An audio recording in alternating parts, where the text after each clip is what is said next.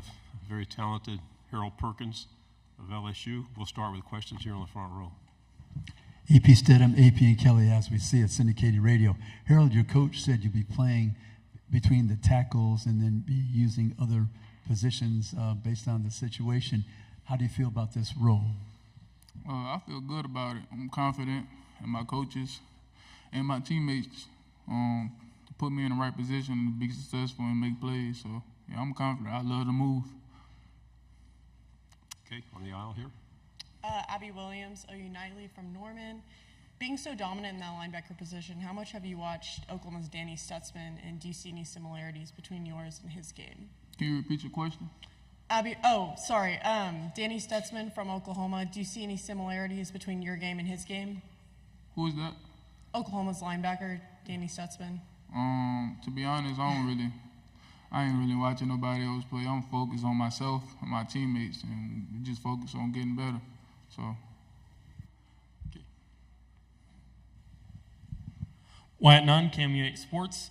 What has new defensive coordinator Blake Baker brought to the team so far? I'll probably just say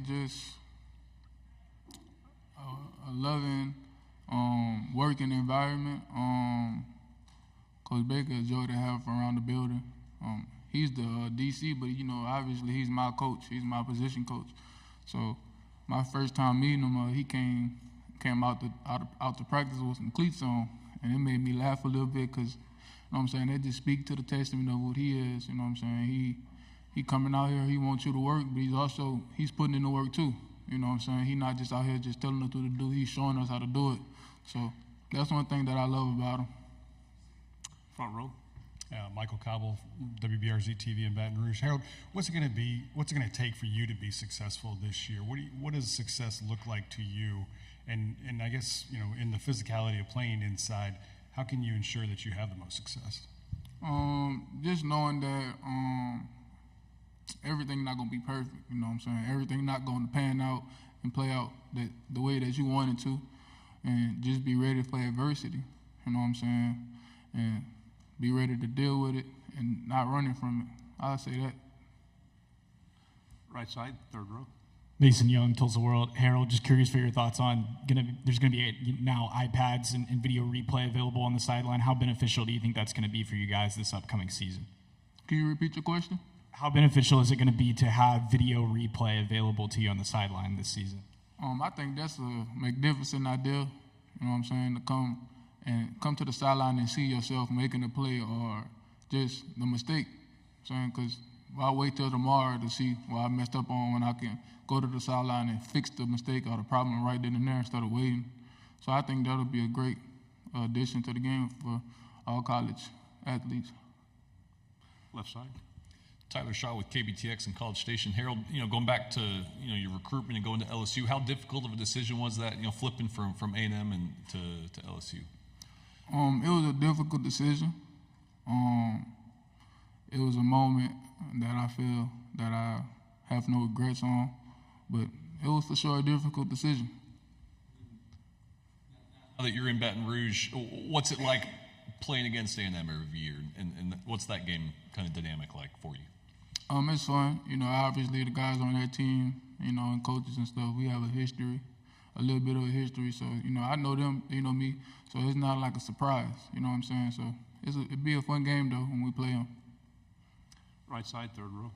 Chessa Boucher with NBC 33 in Baton Rouge. You talked a little bit about Blake Baker and busting out the cleats. Have you ever had a coach do that? And what have you just learned from him? And what's going through your mind as you see him there with the cleats on? To answer your question, no, I never had a coach, come out and wear cleats and show me how it's done, quote unquote. But great guy. He's a leader. And he just wants the best for his players and his team. He knows how to have fun, but when it's time to work, there's no jokes. It's time to work. Fourth row in the aisle. Daniel Brown, KTBS TV in Shreveport. Not sure if you had a chance to really interact with him much since he's in a different position group, but freshman Gabriel Relaford on the defensive line, what are you expecting from him as he contributed in the spring, and what do you want him to contribute there in the fall? Gabe is someone that I've been watching quietly. You know what I'm saying? He humble. He put in the work every day. He come in every day. He busts his tail to be the best. You know what I'm saying? He that for real. I just watch him put in the work. You know what I'm saying? He remind me of myself, just coming in. Not trying to step on nobody's toes. I just want to be the best. I'm here to take somebody's spot. So that's what he kind of remind me of myself a little bit, just in that remark. Quiet and just trying to put in the work and just be great. On the aisle in the back. Adam Ogburn with K10 out of Sherman, Texas. Harold, you obviously went to high school in Texas. You were offered by Texas and Oklahoma. So can you talk a little bit about kind of what you think those two schools are going to bring to this conference? I think I think Texas and Oklahoma is a great addition to the SEC. I obviously feel, and some of y'all might feel the same, that the SEC is the best brand of football that you can play at the college level. And just adding those two great universities to the SEC can't do nothing but help the SEC go up and help their school go up too. So I think it's a great addition. On the left of the back. Dan Peck, ESPN 106.7 in Auburn. We had Coach Kelly in here, and he talked about moving you from the outside to the inside. He thought that maybe on the outside teams could scheme to play away from your side of the ball. That's going to be tougher with you in the middle. Can you just talk about the transition that is for you to move from the outside to the inside and what you're looking forward to this season? The transition for me has been wonderful. Like I said previously, I trust my coaches to put me in the right position to be successful.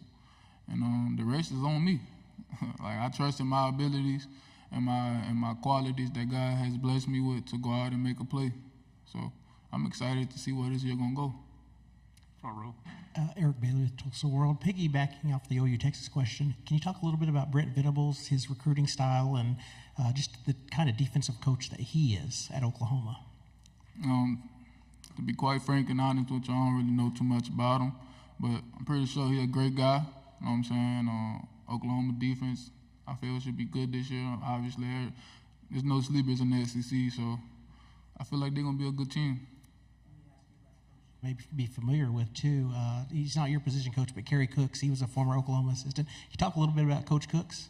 Yeah, Coach Cooks is a great guy. Obviously, last year he was our safety coach. And he was in a room with a guy, or one of my roommates, Major Burns. So, yeah, Coach Cooks is a great guy. Love him and want the best for him. Last question here in the front. I can't imagine you living with Major. He talks so much and you don't. So, just the defensive front, a lot of concern in Baton Rouge, obviously having to add some new players in there. What are you seeing in the tackles specifically, maybe, that gives you a lot of hope for the line this year? We're big up front. That's something that I love. And they're aggressive. They're not passive. We took a hit losing Mason, my brother Big Took. So I'm excited for the guys that we got in there because they big, you know what I'm saying? And then you add the addition with Coach Bo. You know what that could do. I don't even got to speak on Coach Bo. Y'all know his work. So, yeah.